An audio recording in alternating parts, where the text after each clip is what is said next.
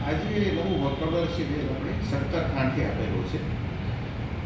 આ માટે અમારી પહેલી ફરિયાદ આવી હતી 21 તારીખે શુક્રવારે, અને એ થેપલા આકરા છે અથવા બળેલા છે એવી ફરિયાદ હતી. એ જ દિવસે આપણે બે નિર્ણય લીધા છે. એક તો કે જે મુખ્ય સીડીપીઓ હોય એ રોજ સવારે નાસ્તો ડિસ્પેચ થાય એ પહેલાં ગુણવત્તાની ચકાસણી કરશે અને પછી જ રાત રવાના કરશે. સીડીપીઓ સાથે એના જે મુખ્ય સેવિકા કે જે સુપરવાઇઝર હશે તે પણ હાજર રહેશે.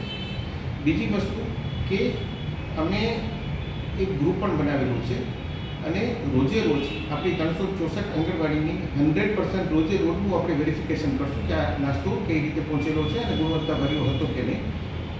ત્રીજી વસ્તુ સૌથી મહત્ત્વની કે જે ટેન્ડરની શરતો છે એ અમે સરળ ભાષામાં 364 આંગણવાડીમાં વર્કર હેલ્પરને અમે આપી દઈએ છીએ, અને જરૂર પડશે તો વાલી સાથે બી કરી દઈશું કે ભાઈ આ શરતો છે એ મુજબ નાસ્તો આપવાનો છે.